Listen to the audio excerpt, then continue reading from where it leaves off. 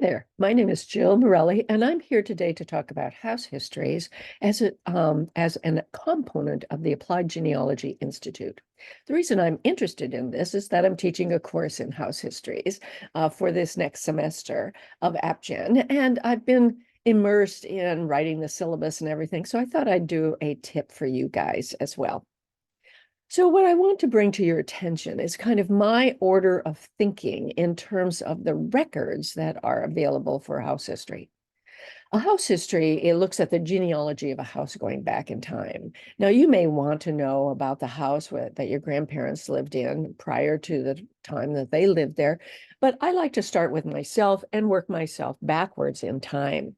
Now, Washington and Seattle don't have a long history like some of the East Coast cities do, but nevertheless, it can be still a challenge. I start with the governmental records, the governmental tax records in particular. So I go to the tax assessor, and these are all public records, and I glean as much information as I can about the property there. And usually that includes a parcel number. That parcel number is very critical for identifying that project in future or in the past as it goes back in time.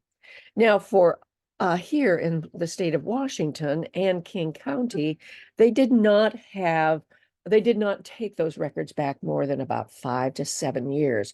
But I can see the people who bought and sold it over a course of about 5 transactions. So that's pretty good. So that gets me back to about 2000 here.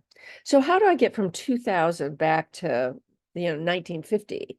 Well, I really like to use newspapers. Newspapers can outline a number of activities that might have occurred in the house, including parties or events such as a death or some other marriage, for example. So I like to look at newspapers to kind of get that gap filled in. But I look at newspapers also going back even further in time. So just remember that newspapers are going to be critical for your searching on your household. Just search on the address. You might find that it's been rented. You might find that the house was sold. You might even find a little drawing of the house, like I did for a client that was trying to sell the house and make it appealing to a reader. The next thing I start looking at is census records, and I do a keyword search for the address. But do remember that it could be changed, and you would know that by looking at city directories. So by looking at city directories, and they're particularly helpful if they have a reverse index, and that means that they file it by not only by the name of the person who's living there, which you may not know, but they also file it by address. For the Seattle area, the reverse index exists from 1936 forward. So that's pretty good. So I can start filling in now between 1950 and about 1935. So coupling city directories with the tax assessor information right at the first, census records and newspapers, now I'm starting to really push it back to get to the historic documents. Okay, now my next point is to look at historic tax records. And for Seattle, they are held at the Puget Sound Archives over in Bellevue.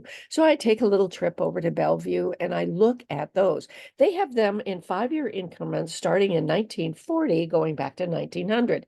I realize for you East Coast people, that doesn't seem very long, but for us, that's going back pretty far. So that's pretty good.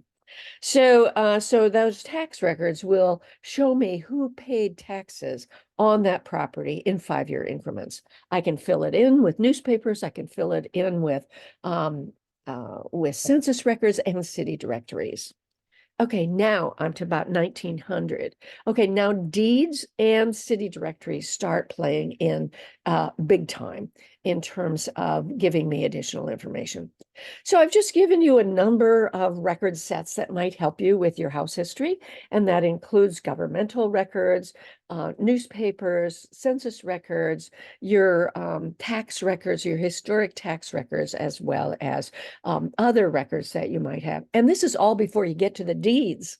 All right. So anyway, just thought I would share a tip for you on house histories and some of the record sets that are particularly helpful.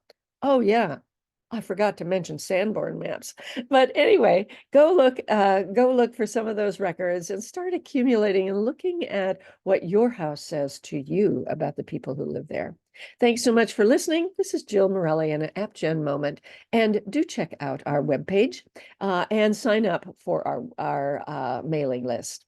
Thanks so much. Appreciate it. Talk to you soon. Bye.